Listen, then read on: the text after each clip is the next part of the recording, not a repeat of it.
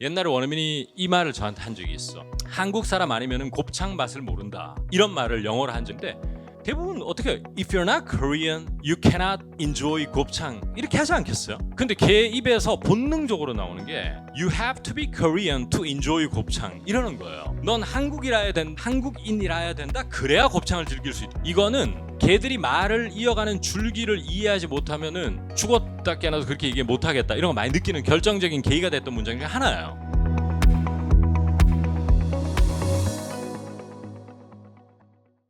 계속 지금 어떤 거하고 맥을 같이 하느냐면 내가 내뱉을 수 있는 영어와 정면으로 마주해보라 이런 말이 이제 계속 나오는 것인데 실제로 제가 그동안 뭐 영어 특훈반이라든지 이런 걸 통해서 학생들하고 많이 얘기해 보면 이분이 뭐 지적 수준이라든지 영어적인 어떤 단어를 몇 개를 아느냐와 상관없이 사실 이 정도의 문장을 수월하게 말하는 사람이 그렇게 많지 않아요. 생각보다. 그러면 이 정도의 난이도는 미국 초등학생 원어민 기준으로요. 원어민 기준으로 한 저학년 수준이 읽는다라고 치고 저는 이 정도가 쉽지가 않아요. 이렇게 얘기한다는 것이. 그러니까 이 정도를 굉장히 수월하게 얘기해 주는 게 저희 최종 목표예요. 저희하고 함께 공부하는 학생들의. 한번 쭉 문장을 한번 보자고요. 자, 내일 아침에 We are going on a hike 이렇게 돼 있죠. 하이킹을 간다는 얘기죠. 뭐 등산을 가건. In the woods. 뭐 wood가 뭐죠? 한국말로? 숲. 그 다음에 These walking sticks will help make the hike easier. 해석 같이 한번 해볼까요? 이 stick 있으면 등산이 좀 쉬워질 거다. 오케이. 자, 그리고 이제 It's time to clean up and go to sleep. 이제 치우고 잠자리에 들 시간이다. 이건 됐고요. 그 다음에 So we are well rested for the hike. 그래야지만 지금 잠자리에 들어야 내일 등산할 준비가 몸 상태가 된다는 얘기죠. rest가 쉰 몸이 이제 충분히 휴식을 취하는 거죠. 자, 그럼 여기까지 다음까지 한번 볼게요. 자, 그리고 나서 그 다음 날 Sally didn't need an alarm to wake her. 해석하면 뭐죠? 예, 셀리는 알람이 필요 없었다. 자기를 깨워줄 이 말이잖아요, 그죠? 그런데 이 문장을 가만히 한번 보시면 노란색 부분을 한번 집중적으로 한번 봐보세요. 노란색 부분을 보시면은 제가 아까 전에 영어의 주요 특징들을 간파한 상황에서 이러한 동화를 소비하는 게 되게 시간적으로 효율적으로 좋다 그랬던 이유가 이게 읽는 것에는 큰 어려움이 없을 수도 있어. 근데 이 두 번째 문장을 보면 과연 이렇게 내가 말할 수 있는가를 생각하면 결코 쉽지가 않아요. 이 스틱이 있으면 등산이 한결 수월해질 거야 하니까 보통은 이렇게 잘 표현을 안 하고 If you have these sticks, you will 이렇게 발화가 될 수밖에 없거든요.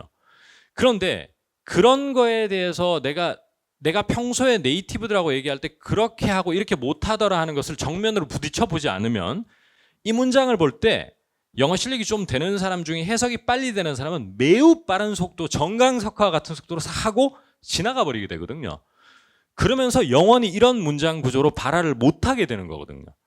근데 어린이는 어떠냐? 어린이는 이것이 그렇구나. 사물 주어의 help, 동사원형, 목적어, 목적보 이런 용어를 몰라도 걔들은 언어를 스폰지같이 빨아들이기 때문에 몇 번 따라 읽으면 내게 돼요. 근데 우린 그게 안 되기 때문에 영어의 주요 특징인 이런 것을 이거 덕분에 뭐 하게 됐다. 이게 있으면 뭐가 뭐 된다. 이런 것을 좀 인지하고 컨수밍을 하면 매우 빠른 속도로 영어가 늘 수 있어요. 그게 이디엄 몇 개 외우거나 그런 걸 외우는 것보다 훨씬 저는 좋다고 보는 거죠. 왜냐하면 이런 문형은 사실 여러분들이 만약에 원어민하고 일주일에 2번 만나고 치면 사실은 만날 때마다 몇 번 쓸 구문이에요. 그 다음 또 보세요. The next morning Sally didn't need an alarm to wake her. 이렇게 돼 있죠. 이 문장 역시나 해석을 하면 셀리는 알람이 필요 없었다. 자기를 깨워줄. 해석은 되는데 역시나 이게 상당히 원어민들이 좋아하는 문장의 결이에요. 그러니까 말을 풀어가는 방식이 걔들이 이런 게 많아요.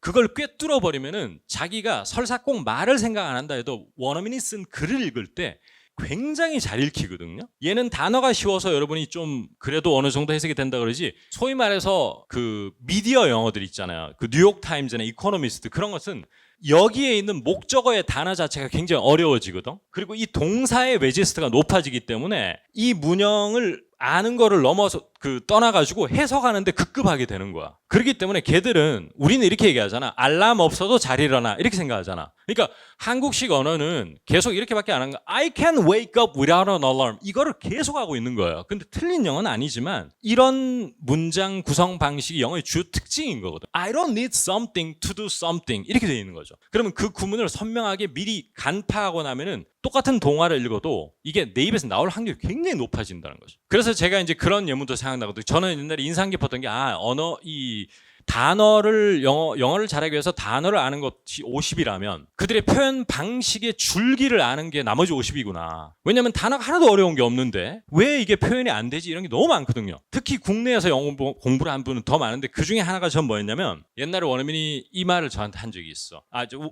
영작을 하는데 학생들하고 한국 사람 아니면은 곱창 맛을 모른다 이런 말을 영어로 한 적인데 대부분 어떻게 If you're not Korean, you cannot enjoy 곱창 이렇게 하지 않겠어요? 근데 걔 입에서 본능적으로 나오는 게 You have to be Korean to enjoy 곱창 이러는 거예요. 넌 한국인이라야 된다. 그래야 곱창을 즐길 수 있다. 이거는 걔들이 말을 이어가는 줄기를 이해하지 못하면은 죽었다 깨어나도 그렇게 얘기 못하겠다 이런 거 많이 느끼는 결정적인 계기가 됐던 문장 중에 하나예요. 그러니까 그런 거를 좀 꿰뚫은 다음에 이 초등학생 저학년 수준의 글을 갖다가 지금 베꼈으라는 얘기인데 그걸 꿰뚫는 상태에서 베꼈으면 우선 잘 베껴서 적어줘요. 그리고 베꼈을 때 제가 영상에서 몇 번 말씀드렸지만 이러면 절대 안 돼요. Tomorrow morning 이걸 쪼개가지고 tomorrow 적고 왼쪽 보고 morning 적고 이러면 안 돼. 아무리 영어가 딸리더라도 최소한의 의미 단위로는 보고 바로 적으셔야 돼. 그러니까 tomorrow morning이 최소 단위라고 보고 we are going on a hike가 최소 단위예요. 그 다음에 in the woods가 최소 단위고요. 그 다음에 이 문장은 욕심 같아서는 sticks will help make the hike easier라고 다 적게 만들고 싶지만 자기 수준에 맞게 these walking sticks 까지만 일단 적어놓고 will help 까지만 적으셔도 돼. 왜냐면 이게 하나의 이런 식으로 끊어 적는 게 왜 힘을 발휘하냐면 실제 원어민하고 당황할 때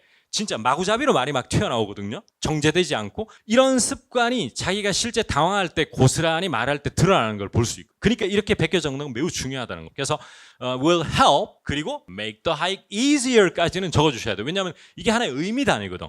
이거를요 제가 학생들에게 적기를 오래 시켜봤거든요. 엄청 정말 효과가 커요. 왜냐하면 이게 사람이라는 게 꼭 논리적으로 설명할 수 없는 즉 내가 손의 어떤 그 감각으로 이거를 make the hike easier 이렇게 적으면은 무슨 이유에서인지 내 몸속으로 들어와서 뭔가 되나 봐. 그러니까 말할 때 습관도 이런 청크 단위로 이렇게 되는 걸 볼 수 있거든. 그래서 이건 매우 중요해. 그래서 여기서 하고 싶은 말은 이런 글을 좀 베껴 써보자.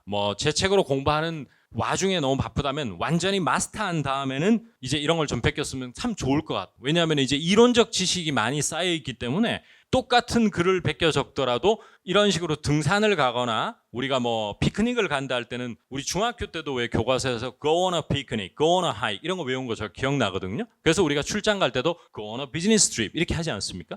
이제 그런 것들이 이제 지식이 쌓였기 때문에 이게 좀 선명하게 다가와. 그다음에 그렇구나. help make something easier 이런 식의 발화법이 되게 발달돼 있구나 이런 걸 좀 느껴주시고 그리고 사실 이런 것은 제가 볼 때 난이도가 매우 높다고 봐. 저렇게 아무리 하고 싶어도 우리가 막상 원어민 앞에 서면은 저런 지식은 온데간데 없어집니다. 마음 급한데 이렇게 말이 안 나오고 I can wait 이렇게 하지. 도저히 저거는 제가 볼 때는 통역사 중에도 실력이 좀 출중한 친구, 그런 친구. 저희 통대 공부할 때 막 화려한 표현들 많이 외우잖아요. 그러면 굳이 경제학자가 아니라도 이거는 누구나 아는 상식이다 이러면 You don't have to be an economist 이렇게 막 외운 기억이 나거든요. 사실 그거하고 똑같은 구문이에요. 뭔지 아시겠죠? 근데 초등학생은 좀 더 쉬운 단어로 이렇게 익히지 초등학생한테 가서 거시경제 이래버리면 애들 안 되잖아요. 그죠? 그러니까 요런 정도 난이도로 충분한 인풋이 선명하게 된 상황에서 베껴 적는 게 저는 효과가 크지 이러한 구문이라든지 영어가 말을 풀어가는 거에 대한 이해도가 낮은 상황에서는 어린이들은 좋다. 하지만 성인들은 쉽지 않다. 이건 손만 아픈 일이 될 수 있어요. 자칫 잘못하면. 특히 아무 생각 없이 적을 경우도 많고 처음에는 생각하면 적거든. 자 내일 아침 tomorrow morning. 근데 이 정도는 그냥 마구잡이로 이제 갈겨 적기 쉽단 말이에요. 그래서 요런 작업을 한번 해주십사. 그런 말 드립니다. 다음 갑시다.